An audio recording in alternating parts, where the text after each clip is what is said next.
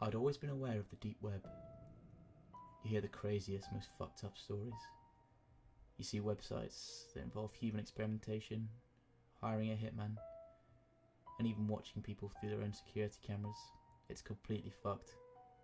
But honestly, I'd be lying if I said I wasn't just slightly interested. Now, just to point out, there was no malicious intent behind my exploration of the deep web. I was just curious to see if it was really as bad as people said it was. The first thing I stumbled upon was a website extremely centered around death, which gave me a really uneasy feeling. I didn't hang around there for long. It takes quite a bit to freak me out, so it's safe to say I was a little surprised that I couldn't even stomach the first website I clicked on. But hey, it's not supposed to be all unicorns and rainbows, right? Next, I clicked a website that was dedicated to watching people through their security cameras. Most of the screens showed up empty living rooms and patios. Some of them showed oddly filled rooms, like rooms that were packed with stuffed animals, and another that was eerily decorated with fucking Christmas lights and fake Santa Claus statues. Another screen showed a young woman doing yoga. That one had a lot of views. I didn't watch it for very long. Something inside me felt ill and just wrong, like what I was doing was sickening. I shook my head, blinking away any more curiosity before I hovered my mouse over the tiny X to close the window. Right before I pressed the mouse, I saw a blue link under a black screen that said, "Proceed with caution." I bit down on my back teeth, yelling internally to leave the page. Don't click the link, it's not worth it, I thought to myself. What if it was someone skinning an animal or some shit like that? But then again, what if it wasn't? I don't know what the hell propelled me to move my mouse away from the window, but rather I was hovering it over the link instead. My curiosity always got the best of me, and no matter how twisted my stomach felt, or how strong the feeling of dread was that lingered right over my head, I had to know. I really just had to know what the link led to. I'd go crazy if I didn't click it, until I finally figured it out. So, I pressed my mouse down and watched the link turn purple. I could feel my mouth go dry and watch the screen as it slowly loaded. The page was just comprised of a large screen, like the security camera page. Only it was just one. The room was concrete, it was dark. There must have been a night vision camera on or something, because everything had a weird blue-green tinge, but you could tell there was little to no light in that room. There was a dark liquid on the floor and a medium-sized puddle. I told myself it was gasoline. Don't ask me why. I saw movement in the far right of the screen caught my attention, and I immediately perked in my desk chair, inching my face closer to the screen of my laptop. It looked like an arm, like someone's forearm. They were standing there, not really moving, but subtly swaying, just enough to not look completely still. "Hey," I said, before shaking my head and slapping my mouth shut. Stupid. They walked over towards the left of the screen. I felt my stomach knot, my throat tingle and tighten, bile rising in the back of my throat. I knew my mouth was open, gaping, and my eyes were wide. My face screwed up into an expression of pure disgust. It was a young woman. She looked like she couldn't be older than 25 or so. Her long, dark and dirty hair was in tangles, like she'd been pulling at it. Her leg was dragging,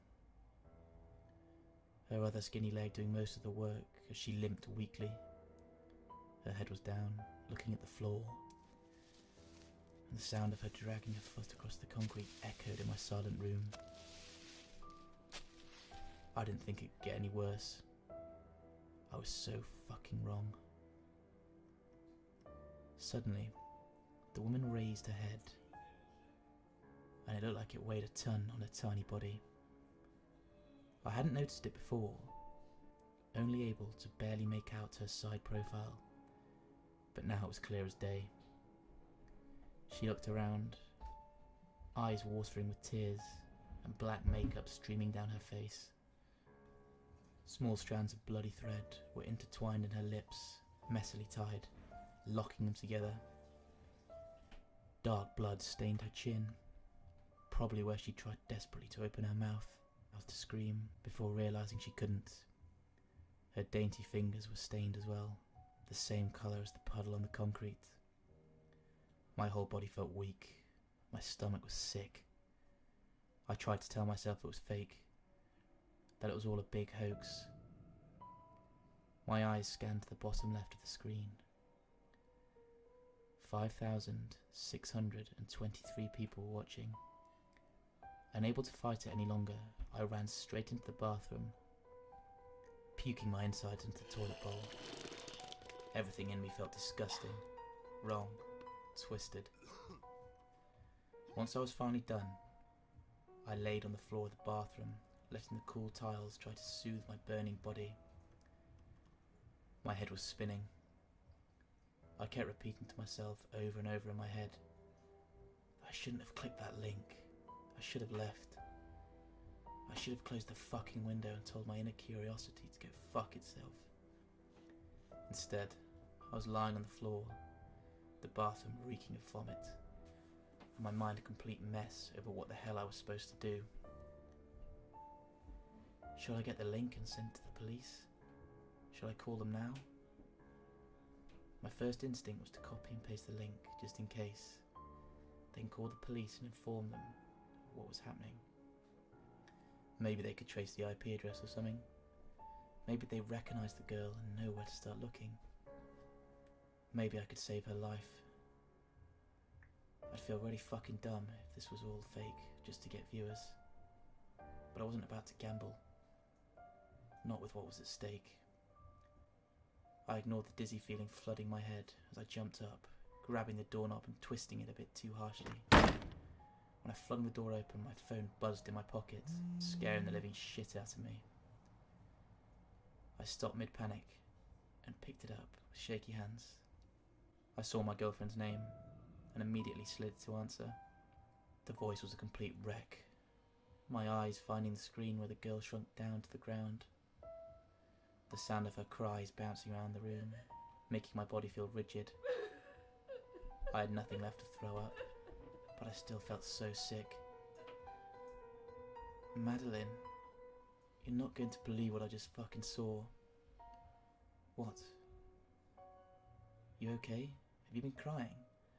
No, I'm not okay, I answered, averting my eyes from the screen.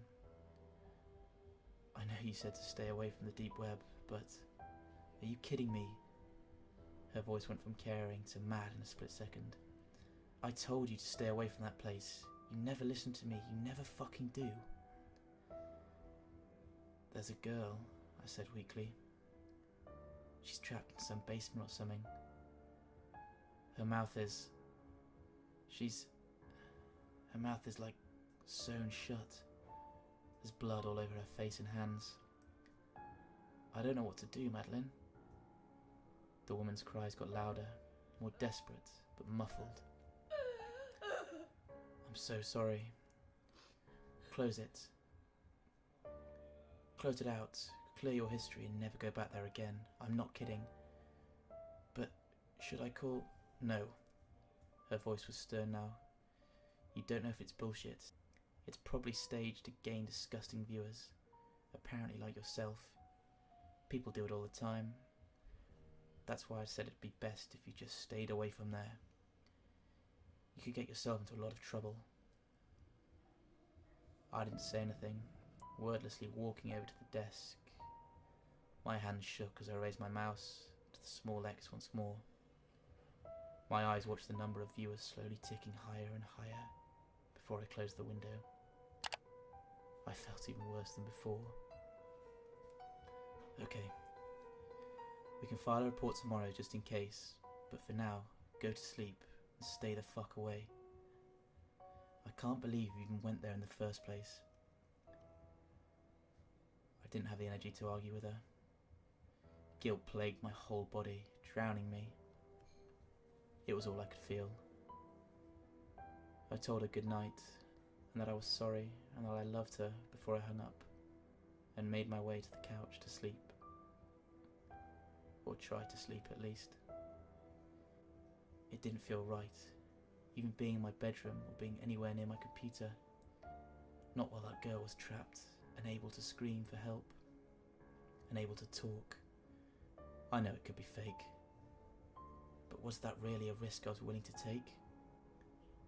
I looked up some Google searches of what was fake on the deep web, and read multiple stories about staged webcam videos, which made me feel a little bit better. It didn't make the sick, guilty feeling go away though. It's safe to say I didn't get much sleep. Every time I closed my eyes, or even began to drift off, I would see the woman's face, the thread laced into her lips, the blood staining her mouth, her fingers, and the floor.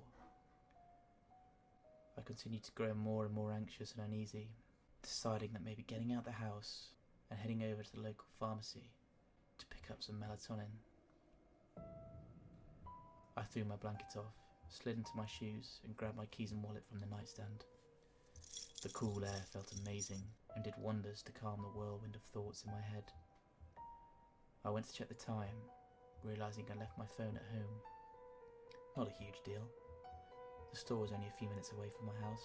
I ended up buying melatonin and a stronger sleeping pill, just in case it didn't work. I also got a pack of bottled water to help rehydrate after I vomited all the contents of my stomach.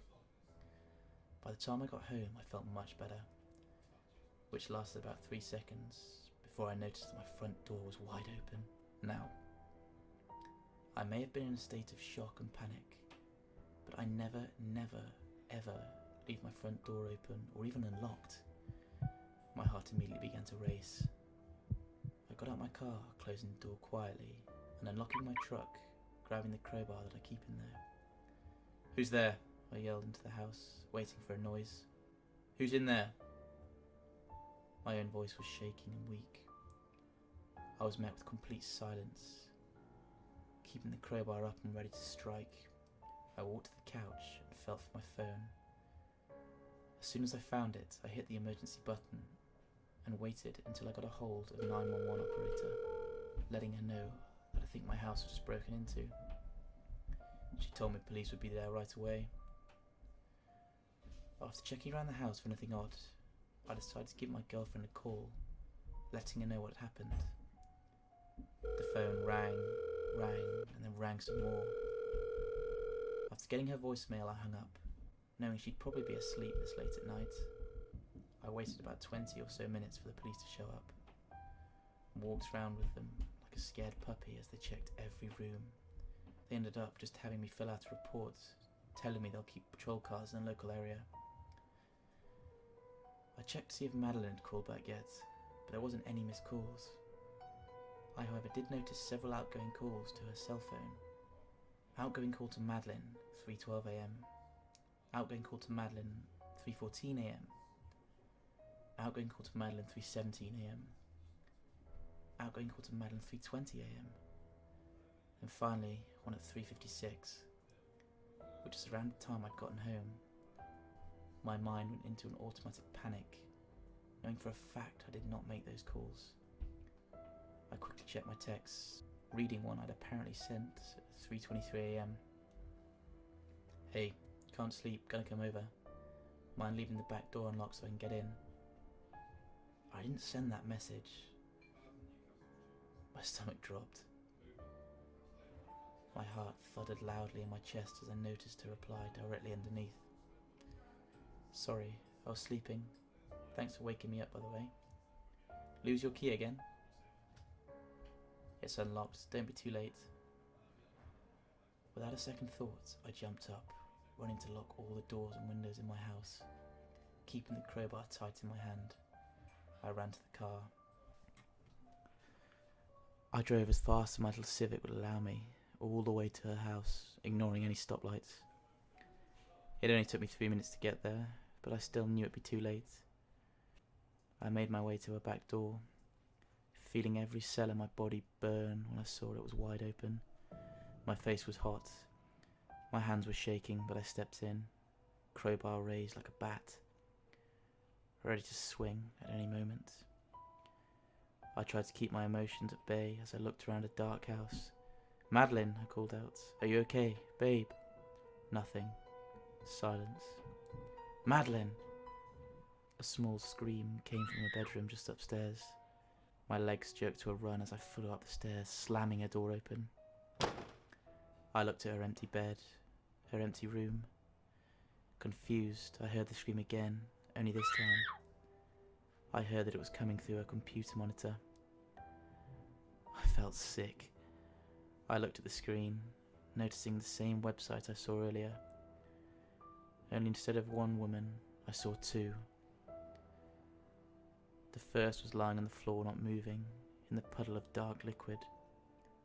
I recognised the second girl, just as I'd recognised her voice.